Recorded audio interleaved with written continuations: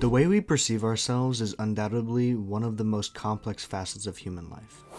Our thoughts become reality, shaping not only the world around us, but also the internal view we have of ourselves. This internal view is known as the self-image, or the picture we have in our own minds. That being said, while a person's thoughts may be their own reality, it doesn't always match with the objective truth of who that person is. This happens more often than you'd think, where a person's self-image is not accurate to who they really are. This can lead to a sort of cognitive dissonance that a person carries with them until they resolve their personal views with the truth. This resolution is what it means to heal your self-image. A great example of what this healing process looks like can be found in Stark from Frieren Beyond Journey's End. Now, before we get into the rest of this analysis, I just wanted to say sorry for the unexpected hiatus from posting.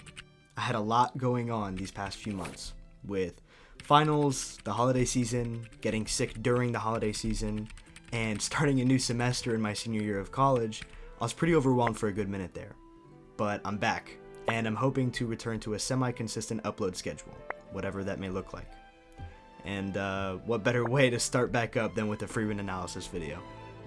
So now that that's over, let's get back to talking about Stark and how Frieren depicts the process of slowly chiseling away at a person's misconceptions about themselves. Let's start at the beginning with a look at Stark as a boy.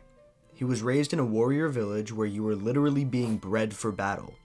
Stark, even though he was, again, just a boy, no more than 10 years old, was consistently being put down by his father, who only valued strength.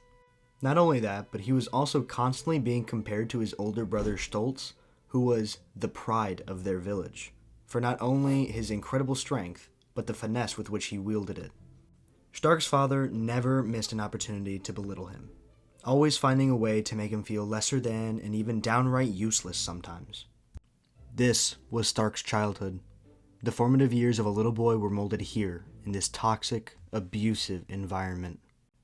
Until one day, when Stark's village was attacked, and he was told to flee by his older brother.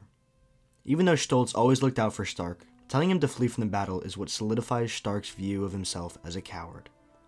When all you're ever taught is to hold your ground and fight as a warrior, fleeing is seen as the worst kind of betrayal. This is the mindset we meet Stark in during the events of the show. Even though he spent years being trained by Aizen, he still couldn't shake the feeling of being a coward because it was so deeply ingrained into him.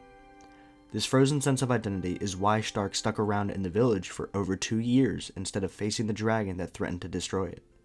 Now, we as the viewers know that Stark is actually incredibly capable. Hell, there's literally a clip of him chopping his way through a mountain with his battle axe. But even that kind of strength can't beat a mental battle like this. However, the storyline with Stark against the dragon is also the first bit of healing we get to witness for his self-image. When Frieren and Fern recruit him to fight the dragon, Stark admits that he's terrified of it, and the two mages even thought he ran away instead of joining them to defeat it. But Stark ends up pulling through, meeting Fern and Frieren at the dragon's den and decides to face it head-on. Even while terrified, his arms trembling before the fight, he works up the courage to face his fears. The fight ends with him landing a killing blow within 30 seconds of engaging in battle, not even needing help from the mages in order to defeat the dragon. This is Stark's first step towards reconciling his notions of himself with what's actually true. Stark is strong, and even though he thinks he's a coward, at the end of the day, he still showed up. Now, this doesn't mean he suddenly thinks he's the shit or anything. As a matter of fact, Stark still behaves mostly the same when it comes to encountering fights. He's hesitant, nervous, and often goes out of his way to avoid them. But that doesn't mean that the massive feat of single-handedly defeating a solo dragon is lost on him either. Whether it's obvious or not, that first major victory does boost his confidence. This boost in confidence carries over into his next major fight against the demons trying to infiltrate Graf Granit's domain. When trying to free the Graf, we still see Stark's hands trembling just like before, but when the demons Lugnir and Line catch him, he steels himself and engages with the two of them, all while knowing full well just how strong they are. This simple act of initiating the fight is already a major shift in how Stark normally acts. If we look chronologically, it couldn't have been more than a few weeks since he faced the dragon, something that took him over 2 years and the harsh influence of 2 mages to finally do. Now, he's openly taking the fight to his enemies instead of running or standing idly by. His growth is also shown in his resilience during the fight against the female demon Lenia. He's reminded of Aizen's teachings after being struck by a heavy blow, but still wills himself to stand back up, even though he's not sure if he'll survive.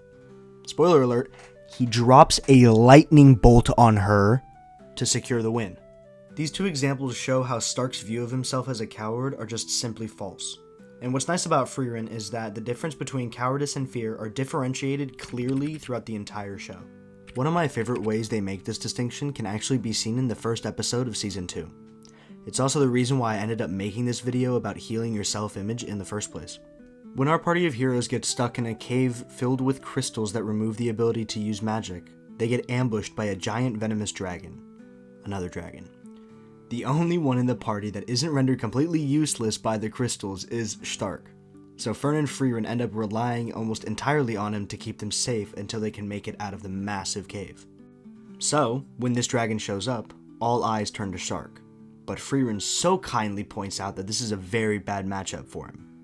Stark then ridicules Frieren for being able to sleep so soundly when they're in such a dicey situation to begin with.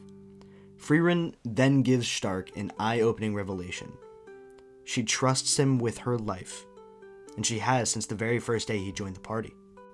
Stark being told point blank that he is being depended on leaves him visibly surprised, because in his mind, he's just a coward who's going to run at the first chance he gets. He even admits this to her while standing face to face with the dragon. Frieren then asks if they should run away together, instead of trying to win a fight they're completely outmatched in. This is a complete 180 in how Stark views conflicts like this, since, courtesy of his upbringing, fleeing was not an option. Frieren rewrites this idea in Stark's mind by agreeing with his call to book it instead of sticking around. After they escape, Frieren asks Stark if running away together is really all that bad. This acceptance of defeat and choice to flee isn't viewed as some sort of blow to their pride, but them simply wanting to survive. After all, what good is your pride if you're dead? In this story, a good warrior is someone who helps as many people as they can. This means that a good warrior is someone who's alive long enough to help all those countless people. If every warrior had the mindset of Stark's father, they'd end up just as dead as his father too. And I know that's harsh, but that's honestly the reality of the story. Running away, especially from a fight you don't need to participate in, doesn't make you a coward. It makes you smart enough to know which battles are worth it and which ones aren't. This change in perspective never would have happened without the people Stark chose to adventure with. This leads me into my third point when it comes to healing your self-image. The people you surround yourself with matters. Stark never would have been exposed to these different takes on certain situations if he continued to surround himself with people like his father. Instead, his views of the world, and by extension his view of himself, would have been solidified into the toxic, pride-centered worldview of his father. The worldview that values ego more than life. This kind of environment doesn't take kindly to people who aren't fully bought into it, which is why Stark gets chewed up and spat out, and why he ends up having so many emotional scars when it comes to how he should lead his life as a warrior. Luckily for him, his party member is a living well of wisdom who sees no value in pointlessly getting into danger for the sake of spectacle. Frieren is also pretty wise. No, but seriously, even though Fern and Frieren are mainly seen saving Stark, they still hold him in high regard, because they know his true character, even if he himself doesn't. They know that he is fearful, and that he will run from a fight if it even remotely looks dodgy, but they also know that if they need him to, he'll have their backs. This kind of faith in Stark allows him to rise to the occasion and meet the expectations and hopes that Fern and Frieren have for him, which will in turn give him some food for thought as to who he really is. This reflection of character is how Stark will end up slowly coming out of the pit of disgrace he thinks he's fallen into. Having real, legitimate moments of him acting in a way that helps others while actively going against his preconceived notions about himself are how he will heal from his childhood abuse.